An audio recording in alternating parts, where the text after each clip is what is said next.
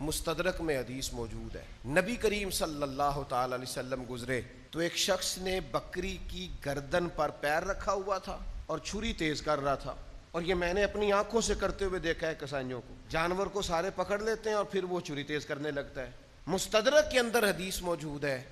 اس نے جانور کے گردن پر پیر رکھا ہوا ہے اور چھری تیز کر رہا ہے، حضور تشریف لے آئے، نبی پاک علیہ السلام نے فرمایا تم اسے بہت ساری موتیں دینا چاہتے ہو، چھری کہیں اور تیز کر، اس کی آنکھوں کے سامنے نہ کر، اور سارا انتظام مکمل کر تو پھر بسم اللہ اللہ اکبر کہہ کے اسے ذبح کر۔ لیکن وہ چونکہ جلدی بڑی ہے، چونکہ یہاں سے وہاں بھی جانا ہے پھر وہاں سے آگے بھی جانا ہے، تو بھئی شریعت نے 3 دن دیے، آپ کو ایک لمبا چوڑا وقت دیا ہے قربانی کے لیے، اور اب وہ دور نہیں ہے کہ سال بیت گیا گوشت نہیں کھایا، اب تو فریزر سارا سال بھرے رہتے ہیں، لہذا بہت اطمینان کے ساتھ یہ کام کیجیے۔